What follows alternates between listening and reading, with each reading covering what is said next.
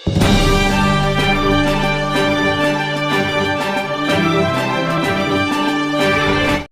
एक स्क्रीन को बंद करेंगे, हम 1000 स्क्रीन उनके सामने खोल के देखेंगे। वो एक न्यूज स्क्रीन को बंद करेंगे, हम लाखों व्यूअर्स को देंगे। And this is the form of protest that JNU student community will be doing it right now, right here. अगर पुलिस का दम है, अगर बीजेपी का लठबाज का दम है, वो आए यहाँ पे और स्क्रीनिंग बंद करके दिखाए। तो आप सभी से रिक्वेस्ट है, हम लोग जो QR कोड है आप में सब में बांटेंगे। This is a form of protest that we will be continuing here. And this is a request from the JNU Students Union that please do scan the QR code and we'll be starting off with the screening shortly. Thank you.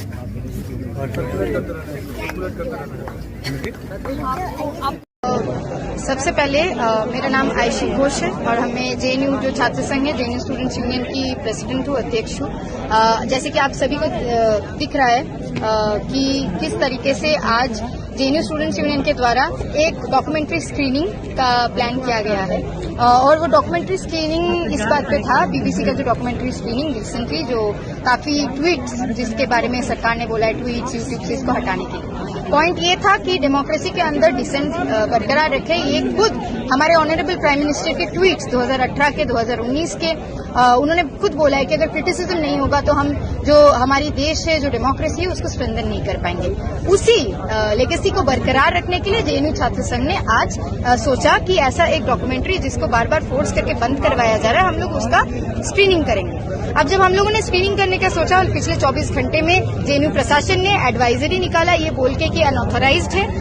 JNU के आसपास जो police station है वहाँ पे जो SHO है वसंत कुंज में, उन्होंने डायरेक्शंस भेजा कि हम लोग ये स्क्रीन नहीं कर सकते, हमारे सामान सीज कर लिए जाएंगे। बहुत सारी धमकियां दी गई है। इवन ABVP जो छात्र संगठन है, यहाँ पे राइट विंग ग्रुप है, वो प्रशासन के मदद से यहाँ पे लोगों को मैसेज किए कि आज अगर आप JNU SU के ये डॉक्यूमेंट्री स्क्रीनिंग में जाएंगे तो आपके साथ मारपीट होगा। अब ये ताज्जुब की बात है, एक देश के अंदर जहाँ पे हम लोग जानते हैं कि ये डेमोक्रेसी है, वहाँ पे इस तरीके का सेंसरशिप का विरोध JNU छात्र संघ आज पहली बार नहीं कर रहे। सेंसरशिप की विरोध इमरजेंसी के दौरान भी JNU SU के द्वारा या JNU स्टूडेंट कम्युनिटी के द्वारा किया गया है। लेकिन जैसे हमने बोला कि हम लोग ये बात बताना चाह रहे थे प्रशासन को कि वो हमसे हमारी स्क्रीन छीन सकते, वो हमसे हमारी पब्लिक जो स्पेस है उसको नहीं छीन सकते, हमारे जो आंखें उसको नहीं छीन सकते, हमारी जो व्यू है उसको नहीं छीन सकते, डिसेंट को नहीं छीन सकते। तो यहाँ पे JNU SU जब यहाँ पे पहुंचा 9 बजे का कॉल था, प्रशासन ने क्या क्या उन्होंने समझा कि large number of students have turned out today, क्योंकि उन्हें पता था कि हमें ये डिसेंट को बरकरार रखना है। JNU छात्र यहाँ पे पहुंचे कि यहाँ का लाइट पूरी यूनिवर्सिटी के अंदर काट दिया गया। तो ये दिख रहा है किस तरीके का बेशर्म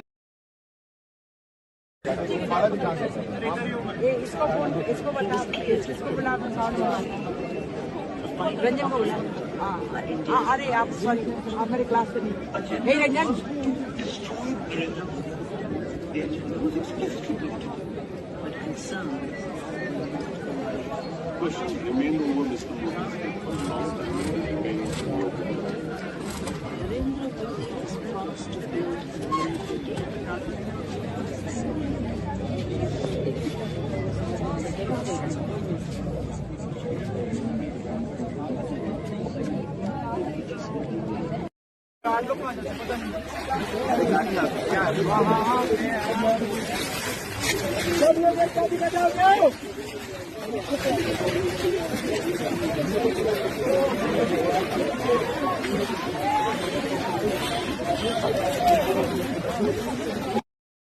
on the ground just now on the campus. Yeah, right now from left wing they are raising slogans. They are blaming ABVP for stone pelting. They are saying when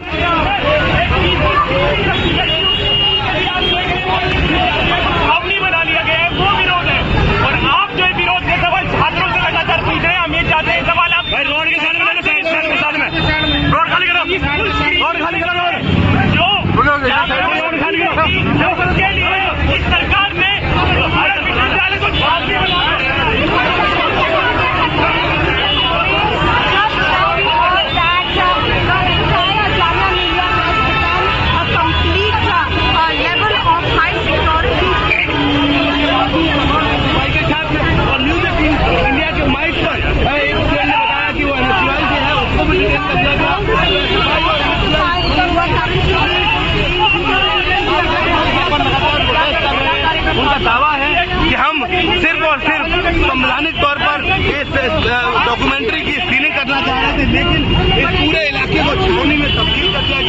जिसके बाद ये छात्र तमाम प्रोटेस्ट कर रहे हैं। हालांकि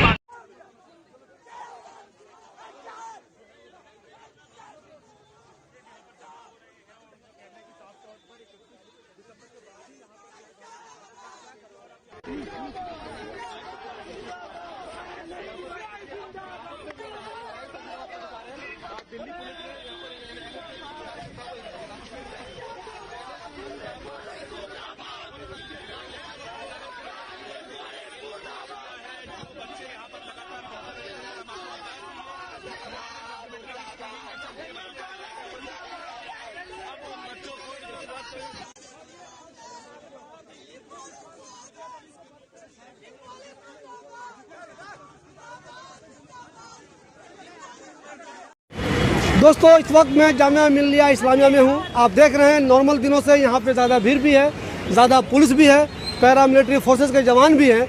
हुआ ये है कि कल एक पोस्ट डाली गई इंस्टाग्राम पे जिसमें ये बताया गया कि मोदी जी पे जो डॉक्यूमेंट्री बनी है, जिसे हुकूमत ने हर जगह से हटा दिया, वो डॉक्यूमेंट्री कहीं भी अवेलेबल नहीं है, उसकी जामिया में स्क्रीनिंग की जाएगी। तो एहतियात के तौर पर जिन लोगों ने ये खबर फैलाई थी कि वो स्क्रीनिंग करेंगे, उन सबको पुलिस ने डिटेन कर लिया।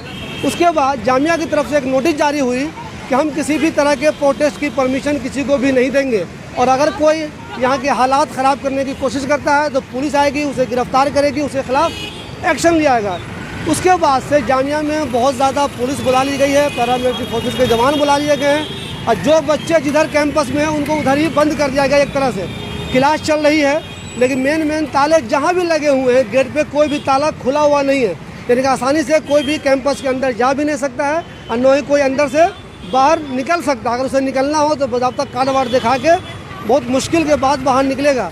जामिया भी यहाँ मीडिया वाले भी अच्छी खासी तादाद में आ गए हैं, और इस बात का अंदेशा सबको बना हुआ है कहीं यहाँ कोई अनहोनी ना हो जाए। आप सबको याद होगा कि पहले भी जब जामिया में किसी तरह का कोई प्रोटेस्ट हुआ था तो हालात ऐसे ख़राब हो गए कि बाद में गोली भी चली, बच्चों को पीटा भी गया। लाइब्रेरी में जब बच्चों को पीटा गया था वो सीन अभी कोई नहीं भूला है।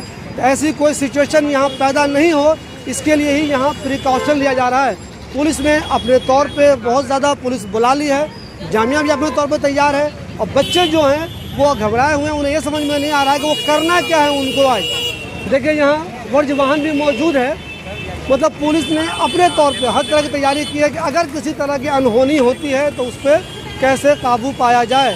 फिलहाल सिचुएशन ये है कि किसी अनहोनी की उम्मीद नहीं है, लेकिन कोई नहीं जानता एंटी सोशल एलिमेंट जब मौजूद होते हैं किसी भीड़ में या किसी तरफ से वो क्या कर दें, कोई नहीं जानता।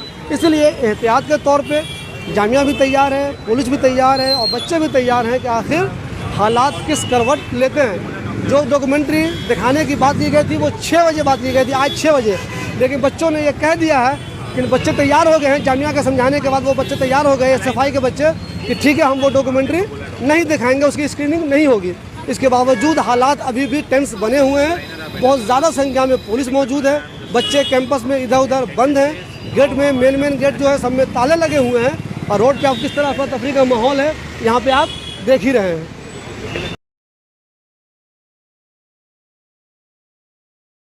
अगर बीबीसी का जहाँ ये डॉक्यूमेंट्री बनी उसका मुख्यालय हिंदुस्तान में कहीं होता तो ईडी, मान लो ईडी बिजी है तो सीबीआई बिजी है तो इनकम टैक्स बिजी है तो एसएफआईओ बिजी है तो डीआरआई बिजी है तो लोकल पुलिस भी मान लो बिजी है तो ट्रोल आर्मी। पर अनफॉर्चुनेटली फॉर मोदी गवर्नमेंट आंखें बंद करने से सच्चाई नहीं छुप सकती। आप इन चीजों को बंद कर दोगे उससे सच्चाई छुप जाएगी क्या? We would like to remind Honorable Prime Minister of our country that आपको वाजपेयी जी ने क्या कहा था मोदी जी, ऐसे ही प्रेस वार्ता थी, आपके right hand side, Vajpayee ji के राइट हैंड साइड में आप बैठे हुए थे। उन्होंने कहा राजधर्म निभाओ, राजधर्म। कौन से राजधर्म के लिए बोला? वही राजधर्म वो बीबीसी की डॉक्यूमेंट्री दिखा रही है जो आपने नहीं निभाया था, जो आपको भारत के प्रधानमंत्री उस समय के उन्होंने चेताया था, जिनको आप रोज भुलाने का, उनकी नीतियों को, उनके व्यक्तित्व को छोटा करने का प्रयास करते हो। उन्होंने आपको कहा था, वो आप ही के पार्टी के थे, कि राजधर्म निभाओ, और ब्लॉक इन इंडिया से आपको क्या लगता है सच्चाई छुप जाएगी? सच्चाई नहीं छुपेगी। ये इस तरह के हथकंडे, इस तरह का एक्शन, ये लोगों में विश्वास दिलाता है कि वो जो दिखा रहे हैं वो सही है, वरना आपको ये करने की कहां जरूरत पड़ी थी। थोड़े दिन बाद हो सकता है कि और भी इस तरह का, और हमने पूर्व में भी देखा कि इस तरह के काम मोदी सरकार ने किए हैं। वो वर्ल्ड हंगर इंडेक्स में हमारी रैंकिंग खराब आई, हम नहीं मानते। प्रेस फ्रीडम इंडेक्स में हमारी रैंकिंग खराब आई, हम नहीं मानते। दुनिया में सबसे ज्यादा गरीब हमारे देश में है, यूएनडीपी और ऑक्सफोर्ड यूनिवर्सिटी की रिपोर्ट के अनुसार, हम नहीं मानते। कोई भी आप सवाल पूछ लो, हम नहीं मानते। आपके मानने से सवाल खत्म नहीं होगा, सवाल तो एज इट इज वहीं पर है। तो इस स्कीम्स को, इस चीज को आपने ब्लॉक करके प्रूव कर दिया कि जो वो बोल रहे हैं वो सही है, उसमें सत्यता है। ये आपका एक्शन इसको दिखा रहा। आपके मन में घबराहट है। अगर आपके मन में सच्चाई होती तो आप इस तरह का रिएक्शन नहीं करते। प्रोग्राम है जो गुजरात के फसादात के ऊपर बीबीसी ने, वो उनका इंटरव्यू है। उस वक्त के गुजरात के मुख्यमंत्री, वजीर आला, जो अब देश के वजीर आजम और प्रधानमंत्री हैं, तो मोदी सरकार ने उस बीबीसी के इंटरव्यू को अंग्रेजों के बनाए हुए कानून के तहत इंडिया में, भारत में यूट्यूब पर, ट्विटर पर इसको बैन लगा दिया। इसको बैन लगा दिया। चलिए, अब हम वजीर आजम से पूछना चाह रहे हैं, गुजरात में आप नहीं थे मुख्यमंत्री? नहीं थे, मोदी नहीं थे। कोई आया था मार्स से, सैटर्न से आया था, कोई प्लेनेट से आया होगा क्या? आप नहीं थे, आके मार के चला गया। बिल्किस बानो का रेप आपकी सरकार नहीं थी, कोई और था। और फिर वहां पर वो जो कांग्रेस के एक्स एमपी हैं राज्यसभा के, जिनकी जिस्म के 6 टुकड़े करके उनको जला दिया गया, जिसके पास कांग्रेस का एक नेता जाकर नहीं मिला, उनको भी नहीं मारे। वो आसमान से लोग आए थे, आके स्पेसशिप में बैठ के रॉकेट में चले गए। आपकी जिम्मे आप नहीं थे, आप थे ही नहीं। मरने वाले जो भी थे, उनमें से स्पेस से आए, उतरे, ठक ठक ठक ठक काम करे, बैठे, निकल गए। आप नहीं थे, चलिए मान लिया आप नहीं थे। और आपने, बीजेपी ने उसका वो प्रोग्राम को बैन कर दिया। बैन करा ना, पढ़े ना न्यूज, आप लोग पढ़ते ना, बीबीसी का बोले नहीं दिखाना। नरेंद्र मोदी के बारे में दिखा रहे आप, गलत है, हम इजाजत नहीं देंगे। हम उसको बैन लगा दिए। मैं वजीर आजम से पूछना चाह रहा हूं और बीजेपी के नेताओं से पूछना चाह रहा हूं, चलिए गुजरात में आपने बीबीसी का इंटरव्यू बंद कर दिया। महात्मा गांधी के कातिल गोडसे के बारे में नरेंद्र मोदी की राय क्या है?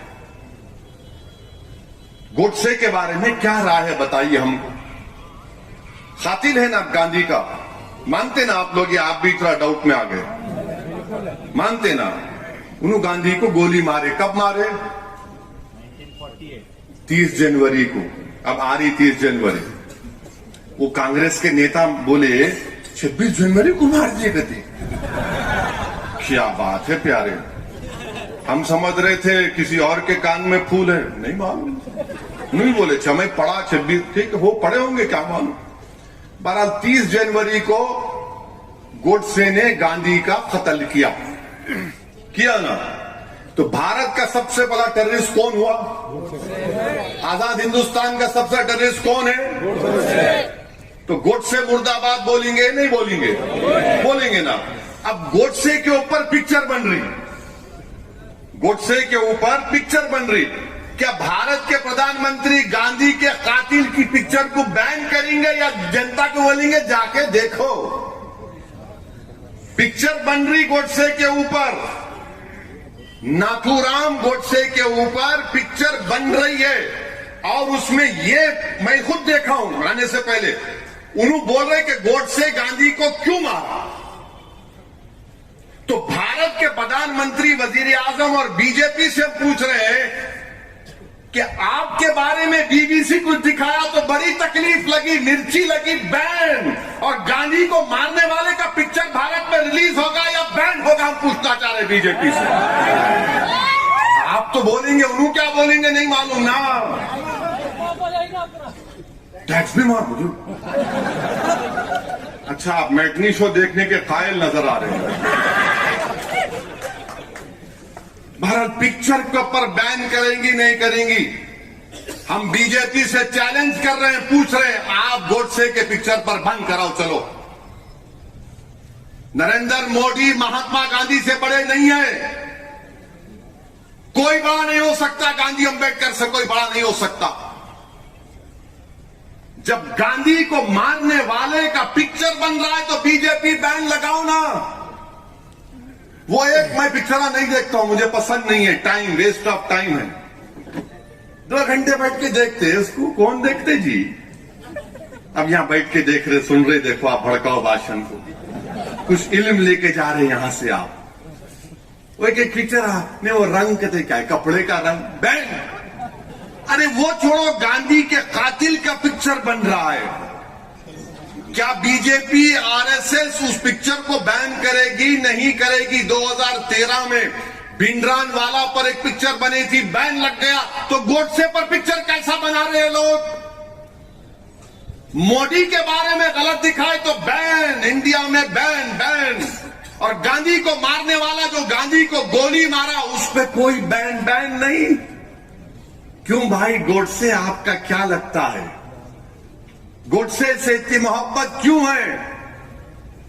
ये कब तक जबान पे गांधी, दिल में गोडसे की मोहब्बत चलेगी? गोडसे पर जो पिक्चर बन रही है, गवर्नमेंट ऑफ इंडिया को एक क्लियर कट स्टैंड लेकर कहना पड़ेगा कि गोडसे की पिक्चर पर बैन लगेगा और कोई थिएटर में रिलीज नहीं होगी गोडसे की पिक्चर। जब YouTube पर नरेंद्र मोदी के बारे में दिखाया जाता, गुजरात के बारे में, आप नहीं थे, हम तो बोलना आसमान से आए, मारे, चले गए, मगर YouTube पे आपके बारे में कोई नहीं दिखाना। गोडसे के बारे में पिक्चर बनेगी तो कैसा भारत बना रहे हैं आप? हम पूछना चाह रहे हैं बीजेपी से। और G20 के दिल्ली में पोस्टर लगे हुए अंग्रेजी में, G20 in mother of democracy, माने जमहूरियत की मां के देश में G20 हो रहा है और YouTube पे बैन लग रहा है। वाह, गांधी के कातिल का पिक्चर बन रहा है, मगर मोदी के खिलाफ कोई YouTube में बीबीसी का प्रोग्राम बैन बैन बैन, और गोडसे की तारीफ में ढाई ढाई ढाई। ये कौन सी मोहब्बत है? अच्छा, आप जाइए, आप जानते गोडसे कौन था? अब आप सुनो, उसका ऑपरेशन करेंगे आज।